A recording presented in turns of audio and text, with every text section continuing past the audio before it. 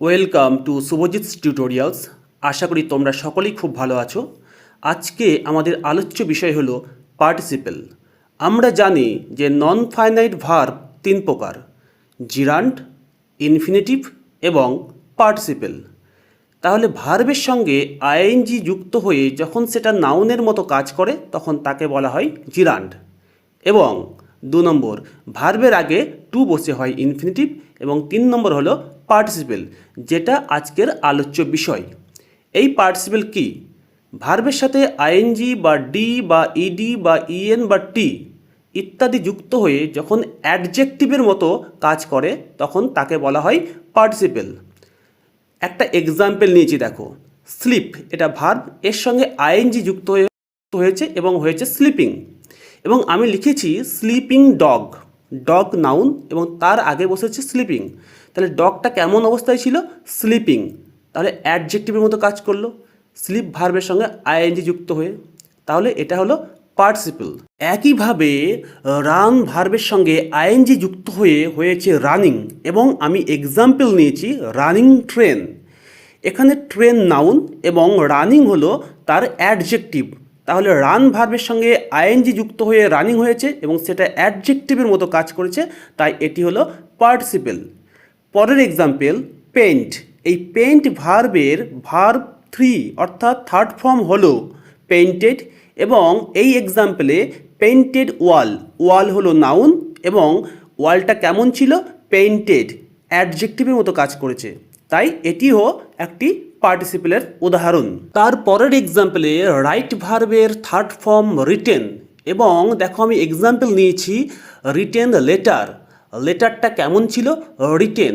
তাহলে এখানে লেটার হলো নাউন এবং রিটেন হলো তার অ্যাডজেক্টিভ। এখানে রিটেন হলো একটা পার্টিসিপল।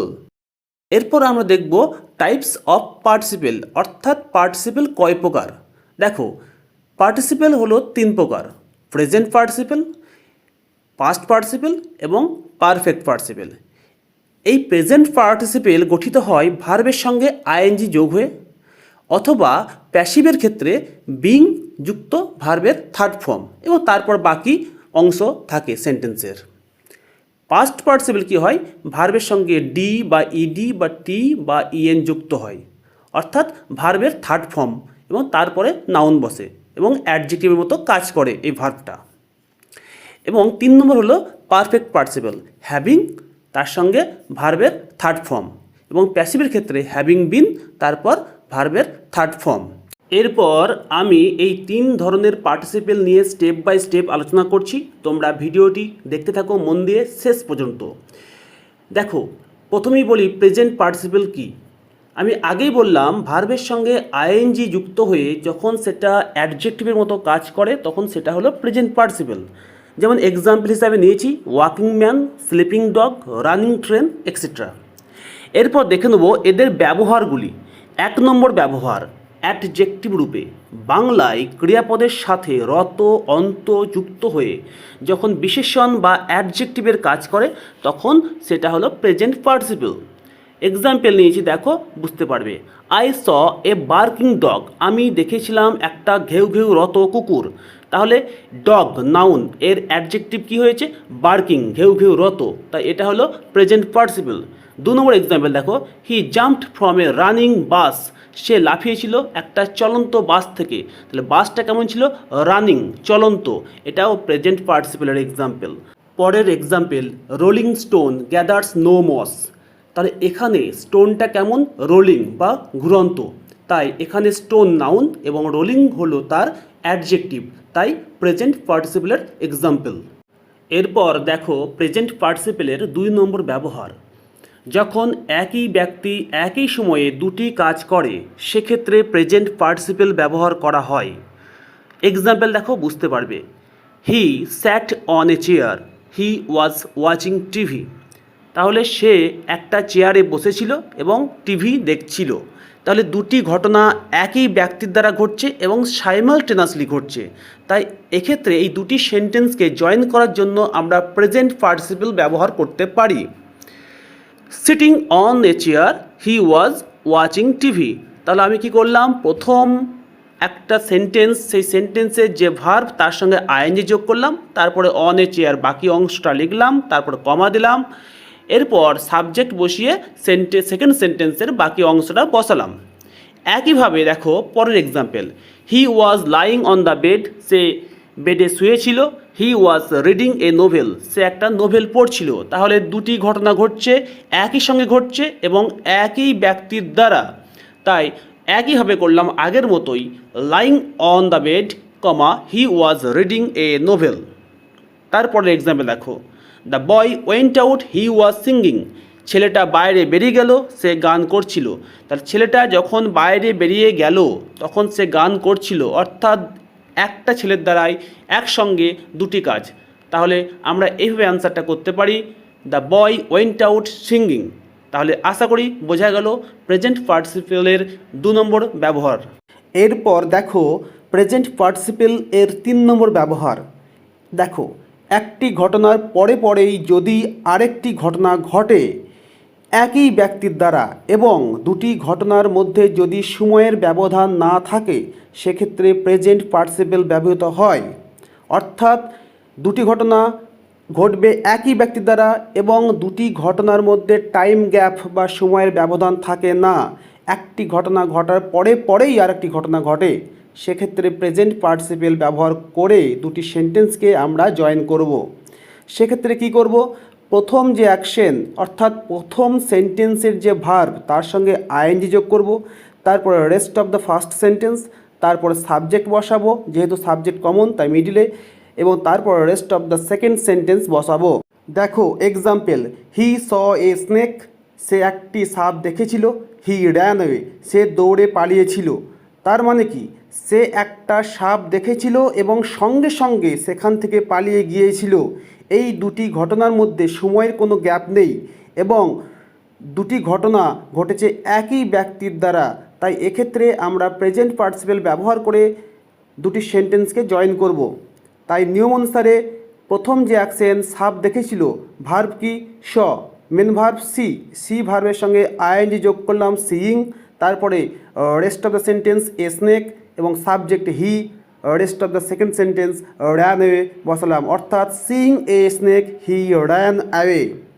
একইভাবে the old man heard the news, বৃদ্ধ লোকটি সংবাদটি শুনেছিল। হি ফেল্ট আনহ্যাপি, সে অখুশি বোধ করেছিল। অর্থাৎ বৃদ্ধ লোকটি সংবাদ শোনার সঙ্গে সঙ্গেই সে অখুশি বোধ করেছিল। তাহলে hearing the news the old man felt unhappy.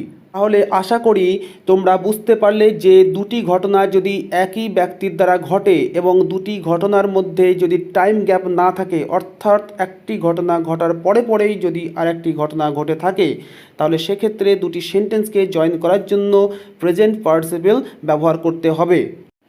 এরপর দেখো প্রেজেন্ট পার্টিসিপেলের 4 নম্বর ব্যবহার। যদি একটি ঘটনা অন্য একটি ঘটনার কারণ বা রিজন বোঝায় সেক্ষেত্রে, অথবা অ্যাজ, সো, বিকজ দিয়ে যুক্ত সাবঅর্ডিনেট ক্লজের ক্ষেত্রে, অথবা যদি সেন্টেন্সে অ্যাম, ইজ, আর, ওয়াজ, ওয়ার এই বি ভার্বগুলি থাকে, সেক্ষেত্রে প্রথমেই বিং ব্যবহৃত হয়। এক্সাম্পল দেখো, বুঝতে পারবে। দ্য ম্যান ওয়াজ পোর, লোকটি ছিল গরিব। He could not buy clothes, সে পোশাক কিনতে পারছিল না। তাহলে এই দুটি সেন্টেন্স থেকে আমরা বুঝতে পারলাম যে লোকটি ছিল গরিব তাই পোশাক কিনতে পারছিল না। প্রথম সেন্টেন্সটি হলো দ্বিতীয় সেন্টেন্সটির কারণ। আবার দেখো এই যে দ্য ম্যান ওয়াজ পোর, এখানে ওয়াজ আছে ভার্ব, তাই প্রথমেই ব্যবহার করেছি being poor comma the man could not buy clothes. পরের এক্সাম্পল দেখো, as he was tired he could not walk any further, যেহেতু সে টায়ার্ড বা ক্লান্ত ছিল তাই সে আর হাঁটতে পারছিল না। তাহলে তার হাঁটতে না পারার কারণ হলো সে ছিল টায়ার্ড। আবার এক্ষেত্রেও ভার্ব হিসাবে আছে ওয়াজ, তাই being tired he could not walk any further. আশা করি তোমরা বুঝতে পেরেছো। এরপর দেখো present participle in passive voice. যদি দুটি ঘটনার মধ্যে সময়ের ব্যবধান না থাকে এবং প্রথম ঘটনার যে সেন্টেন্স সেই সেন্টেন্সটি যদি প্যাসিভে থাকে, সেক্ষেত্রে আমরা প্রথমেই বিং ব্যবহার করব, তারপর ভার্বের থার্ড ফর্ম অর্থাৎ ভার্বের ফার্স্ট পার্টিসিপল ফর্ম ব্যবহার করব এবং তারপরে কমা দিয়ে সাবজেক্ট এবং সেকেন্ড যে সেন্টেন্স সেই অংশটা বসাবো। দেখো এক্সাম্পল, হি ওয়াজ ডিফিটেড, সে পরাজিত হয়েছিল, তাহলে এটা দেখো প্যাসিভ ভয়েসে আছে। তারপরে সেন্টেন্স, হি ফ্লেড অ্যাওয়ে, সে পালিয়ে গিয়েছিল, তাহলে পরাজিত হয়েছিল এবং তারপরে সে পালিয়ে গিয়েছিল, এক্ষেত্রে টাইমের গ্যাপ নেই, তাই প্রথমে লিখেছি বিং, তারপর ডিফিটেড ভার্ব 3 ওটাই ডিফিটেড এবং কমা হি ফ্লেড অ্যাওয়ে।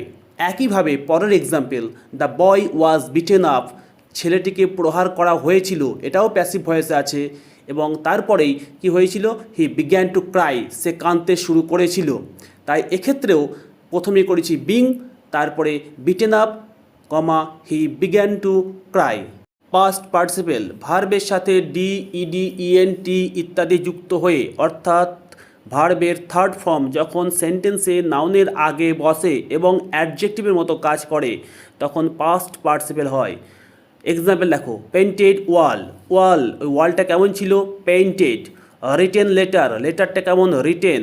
ইনজিওর্ড ম্যান, মানুষটা কেমন, আহত, ইনজিওর্ড। এই প্রতিটি ক্ষেত্রে দেখো পেইন্ট ভার্বের থার্ড ফর্ম পেইন্টেড ওয়ালের আগে বসেছে এবং অ্যাডজেক্টিভ হিসাবে ব্যবহৃত হয়েছে।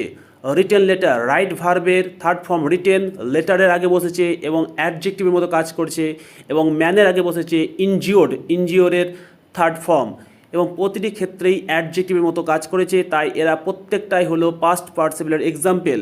এরপরে সেন্টেন্সে এদের প্রয়োগগুলি দেখো, the frighten boy jumped over the wall, ছেলেটি জাম্প করেছিল দেওয়ালের উপরে, ছেলেটি কেমন ছিল, ফ্রাইটেন্ড, ভীত, এটা হলো past participle example. He found some hidden treasure in the abandoned house, সে পেয়েছিল কিছু হিডেন লুকানো সম্পদ এবং পেয়েছিল কোথায়, অ্যাবান্ডন্ড হাউস, হাউসটা ছিল অ্যাবান্ডন্ড এবং ট্রেজার ছিল হিডেন, দুটি হলো পাস্ট পার্টিসিপলের এক্সাম্পল। তারপর দেখো, don't touch the broken glass, broken glass, গ্লাসটা কেমন ছিল, ব্রোকেন। ব্রেক ভার্বের থার্ড ফর্ম এবং এখানে ব্যবহৃত হয়েছে অ্যাডজেক্টিভ হিসাবে, তাই এই প্রত্যেকটা হলো পাস্ট পার্টিসিপলের এক্সাম্পল। আশা করি তোমরা সবাই বুঝতে পেরেছো। পার্টিসিপেলের 3 নম্বর ভাগ হলো পারফেক্ট পার্টিসিপল, যখন একই ব্যক্তি দুটি কাজ করে এবং প্রথম কাজ সম্পূর্ণরূপে শেষ হওয়ার পর দ্বিতীয় কাজ আরম্ভ করে, এক্ষেত্রে দুটি কাজের মধ্যে সময়ের ব্যবধান থাকে। কিন্তু আমরা এর আগে দেখেছি যে প্রেজেন্ট পার্টিসিপলের ক্ষেত্রে দুটি ঘটনার মধ্যে সময়ের গ্যাপ থাকে না, হয় দুটি ঘটনা একই সঙ্গে ঘটে অথবা একটি ঘটনা ঘটার তৎক্ষণাৎ পরেই আরেকটি ঘটনা ঘটে। কিন্তু পারফেক্ট পার্টিসিপল ক্ষেত্রে একটি ঘটনা ঘটে এবং তারপর সময়ের গ্যাপ থাকে এবং অন্য একটি ঘটনা ঘটে এবং এক্ষেত্রেও দুটি ঘটনা ঘটে একই ব্যক্তির দ্বারা। আমরা এক্ষেত্রে যে কনস্ট্রাকশন করব সেটা কি করব, প্রথমে হ্যাভিং, তারপর ভার্বের থার্ড ফর্ম ব্যবহার করব অ্যাক্টিভের ক্ষেত্রে এবং প্যাসিভের ক্ষেত্রে প্রথমে হ্যাভিং, তারপরে বিন, তারপর ভার্বের থার্ড ফর্ম এবং তারপর যে বাকি অংশ সেগুলো বসাবো। দেখো example, he wrote a letter and went to post it, সে একটি চিঠি লিখেছিল এবং পোস্ট করতে গিয়েছিল। এই পোস্ট করা এবং চিঠি লেখা এই দুইয়ের মধ্যে সময়ের গ্যাপ আছে, তাই এক্ষেত্রে এই দুটি সেন্টেন্সকে জয়েন করার জন্য আমরা পারফেক্ট পার্টিসিপল ব্যবহার করব। দেখো তাহলে প্রথমেই হ্যাভিং, তারপর রোট ভার্বের 3 ফর্ম হলো written a letter, comma he went to post it. এরপর second example, she finished her homework, stop she went to watch a movie, সে তার হোমওয়ার্ক শেষ করেছিল এবং সে মুভি দেখতে গিয়েছিল। তাহলে কি করলাম, প্রথমে হ্যাভিং, তারপরে ফিনিশড ভার্বের ভার্ব 3 হলো finished her homework, comma C went to watch a movie. এরপর দেখো পারফেক্ট পার্টিসিপল ইন প্যাসিভ, যদি দুটি ঘটনার মধ্যে সময়ের গ্যাপ থাকে এবং প্রথম ঘটনাটি যদি প্যাসিভ ভয়েসে থাকে সেক্ষেত্রে বলেছিলাম হ্যাভিং, তারপরে বিন, তারপরে ভার্বের থার্ড ফর্ম এবং rest of the first sentence এবং তারপর কমা দিয়ে সাবজেক্ট এবং rest of the second sentence ব্যবহার করতে হবে। তাহলে এক্সাম্পল দেখো, the students were punished for making noise, এটা একটা প্যাসিভে আছে এবং তারপর আছে second sentence they became quiet, তাই প্রথমে আমরা ব্যবহার করলাম having been punished for making noise, comma the students became quiet. একইভাবে পরের example, the man was injured in an accident, he needed an operation, এই দুটি ঘটনার মধ্যে সময়ের গ্যাপ আছে এবং প্রথম ঘটনাটি কিসে আছে, প্যাসিভে, তাই having been injured in an accident the man needed an operation. তাহলে আশা করি বোঝা গেল পারফেক্ট পার্টিসিপল এবং perfect participle in passive voice দুটি বোঝা গেল, এবং আশা করি পার্টিসিপল সংক্রান্ত সমস্ত ডাউট তোমাদের ক্লিয়ার হয়ে গেছে এই ভিডিওটিতে। তাই ভিডিওটি ভালো লেগে থাকলে লাইক করবে এবং শেয়ার করবে, এবং চ্যানেলে নতুন হলে অবশ্যই সাবস্ক্রাইব করবে। ধন্যবাদ, ভালো থেকো।